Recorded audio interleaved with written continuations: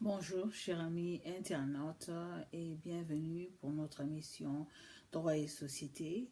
Aujourd'hui, nous sommes le 27 février 2016 et nous sommes précisément à Washington, D.C., la capitale du monde.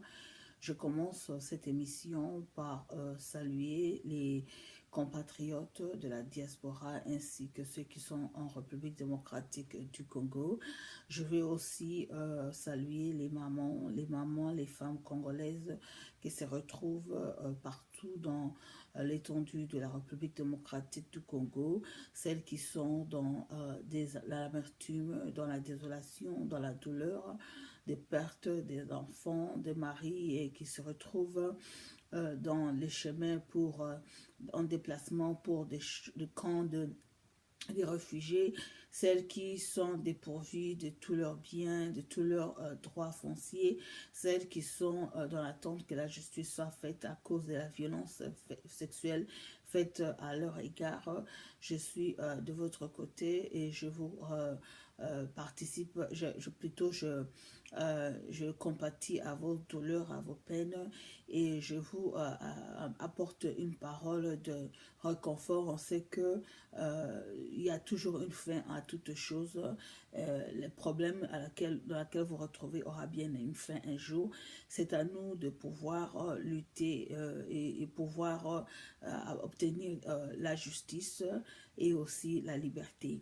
Voilà, je veux commencer cette émission de droit et société, qui est une émission qui a pour but de pouvoir informer, éduquer, sensibiliser, mobiliser la population congolaise, la femme congolaise. Je voudrais aujourd'hui, comme nous sommes à la veille du mois de mars, qui est le mois de la femme, nous avons la date du 8 mars, qui est la date commémorative de la Journée internationale de la femme. Et je voudrais aborder encore une fois de plus le sujet de la femme congolaise dans la société.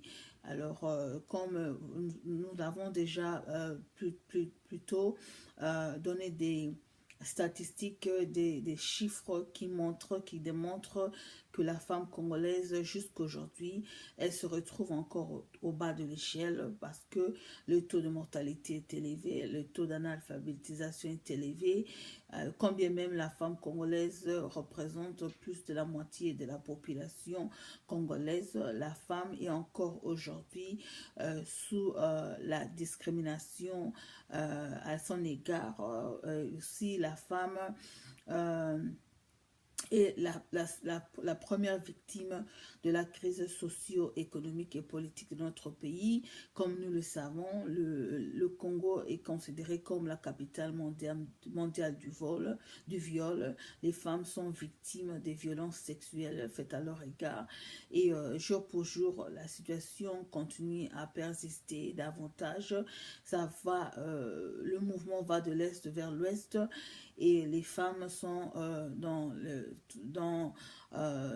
la désolation, elles ne savent pas que faire, elles sont sans force et elles sont dans l'attente de que la justice soit faite. Voilà, aujourd'hui, je voudrais continuer à parler de la femme. Tel a été l'objectif pour cette année parce que il faudrait qu'il y ait une amélioration, qu'il y ait des solutions en pratique qui soient faites parce que jusque-là, quand bien même la loi de notre pays a eu à faire des ratifications sur certains traités, sur la Charte des Nations Unies, sur certains traités et autres, mais la femme en pratique subit toujours les injustices et la discrimination. Alors je voudrais aujourd'hui interpeller les mamans parce que la solution au problème de la femme, c'est la femme elle-même. Donc l'indépendance ne se donne pas mais s'arrache de force. Alors je voudrais ici insister sur la problématique de la pauvreté de la femme, la problématique de la santé et de la sécurité alimentaire de la femme, la problématique de l'éducation de la femme. Voilà. Il a été reporté que dans le monde, il y a plus d'1,3 milliard de femmes qui ne détiennent pas un compte bancaire. C'est déjà signe d'un déséquilibre financier, d'un problème de pauvreté, parce que et même pas seulement un problème de pauvreté, aussi un problème d'irresponsabilité, parce que tout adulte se retrouvant sur cette terre actuelle, dans cette terre actuelle, devrait au moins détenir un compte bancaire, ce qui est important. Nous comprenons aussi bien que les femmes congolaises, la majorité de celles qui sont aussi actives sont que nous appelons les femmes maraîchères.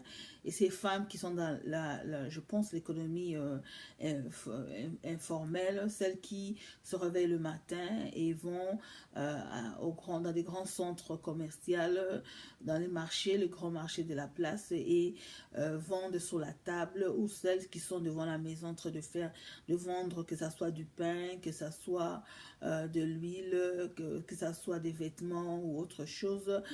Alors, ces femmes devront être formées, éduquées, se comprendre elles devraient avoir un compte bancaire, qu'elles devraient ouvrir un compte bancaire. Peut-être qu'elles sont aussi limitées à ce qu'il y a comme obstacle, qui est pour les femmes qui sont mariées, l'autorisation maritale pour l'ouverture d'un compte bancaire. Question de mentalité aussi et de culture, mais il est à informer la femme qu'elle a besoin d'un compte bancaire pour pouvoir lui donner accès à des crédits, parce que si la femme maraîchère, la femme qui est dans l'économie informelle a besoin pour croître, pour développer ou pour prospérer dans ses affaires, a besoin de crédits, d'aide, d'assistance, elle devrait le plus souvent présenter des extraits bancaires. Je crois même pour un voyage, si la femme congolaise voudrait organiser un voyage à l'extérieur du pays, je pense que les ambassades demandent les extraits bancaires de la personne. Alors ça montre plus de responsabilité pour les femmes d'avoir un compte bancaire. Et le plus souvent, les femmes ne se rendent pas compte, surtout celles qui sont mariées, qu'elles ont ce problème, parce qu'elles sont sous le, la supervision de leur mari. C'est-à-dire que il est difficile pour la femme de comprendre si elle est financièrement élevée, parce que il y a les femmes qui se retrouvent après la perte du mari, bien après le divorce, les femmes se retrouvent pauvres dans des situations financières difficiles. Alors, c'est le fait qu'elles soient mariées, quelquefois elles ne savent pas saisir qu'elles sont dans ces problèmes-là financiers, qu'elles devraient travailler dessus. Hein. C'est pas que, je pense pas que euh, qu'elle devrait être indépendante, mais c'est très important pour la femme de comprendre que euh, toute femme majeure devrait comprendre que la nécessité d'avoir un compte bancaire et de gérer aussi son compte bancaire, la gestion. Parce que c'est dans les petites choses qu'on peut devenir plus tard pour avoir cette capacité de gérer de grandes choses. Alors, une femme qui n'a pas de compte bancaire, qui n'a pas un compte bancaire, en réalité, peut être considérée comme dans un état d'incapacité. Alors, c'est très important que les femmes soient informées, qu'elles prennent ces décisions, quel que soit le niveau qu'elles ont, qu'elles n'ont étudié ou pas, mais toutes celles qui sont dans une activité quelconque, que ce soit dans l'économie informelle, que ce soit les femmes maraîchères, elles ont ce droit d'avoir un compte financier, ce qui pourra leur aider à comprendre, à gérer les finances. Voilà. Ensuite, je voudrais aussi aborder le deuxième sujet, qui est celui ce qui est celui de la sécurité alimentaire et de la femme. Il a été démontré selon les rapports de l'Organisation des Nations Unies que les femmes ont ce problème de la sécurité alimentaire. Nous sommes un pays sous-développé et pour pouvoir survivre, il faudra avoir de l'argent pour acheter la nourriture. Et surtout que la femme, elle est exposée à des maladies et les femmes conçoivent, les femmes sont exposées. Alors, la femme devrait, par exemple, pendant sa période de grossesse, devrait être bien nourrie. Elle a besoin de la nourriture nutritive pour pouvoir se garder elle-même en santé, pour aussi nourrir l'enfant qu'elle a dans son sein. Et tout cela, c'est après, avant, pendant et après la grossesse. Et aussi, concernant le problème de santé, la femme a besoin d'être informée sur le problème de santé, les risques qu'elle peut avoir afin qu'elle puisse se protéger. Parce que c'est très important que la femme doit être alerte, savoir qu'il y a les maladies sexuellement transmissibles.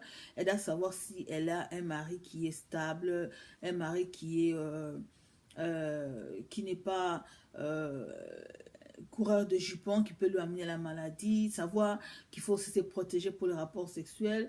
Elle doit aussi savoir qu'il faudrait planifier les naissances désirables, indésirables. Il faut planifier les naissances.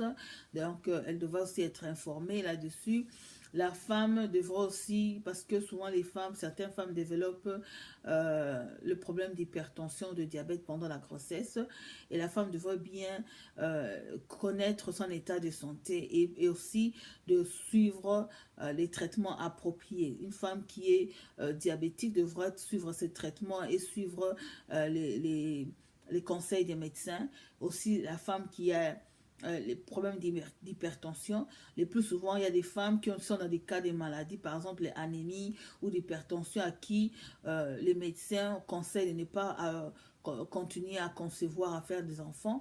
Mais malheureusement, certaines mamans congolaises n'arrivent pas à résoudre ce problème et après il s'ensuit la mort. Alors que la femme, je conseille aux femmes, celles qui sont dans ces cas-là où elles ont été conseillées par des médecins, de pouvoir limiter les grossesses, de pouvoir essayer de travailler là-dessus et d'être patiente peut-être pour attendre même pendant qu'elles seront à la ménopause pour pouvoir avoir des rapports sexuels libres avec leur mari. C'est un conseil que je peux donner parce qu'il faut qu'on évite aussi les pertes de vie parce que le taux de mortalité de la femme congolaise est très élevé et nous avons aussi ce problème des violences sexuelles faites à la femme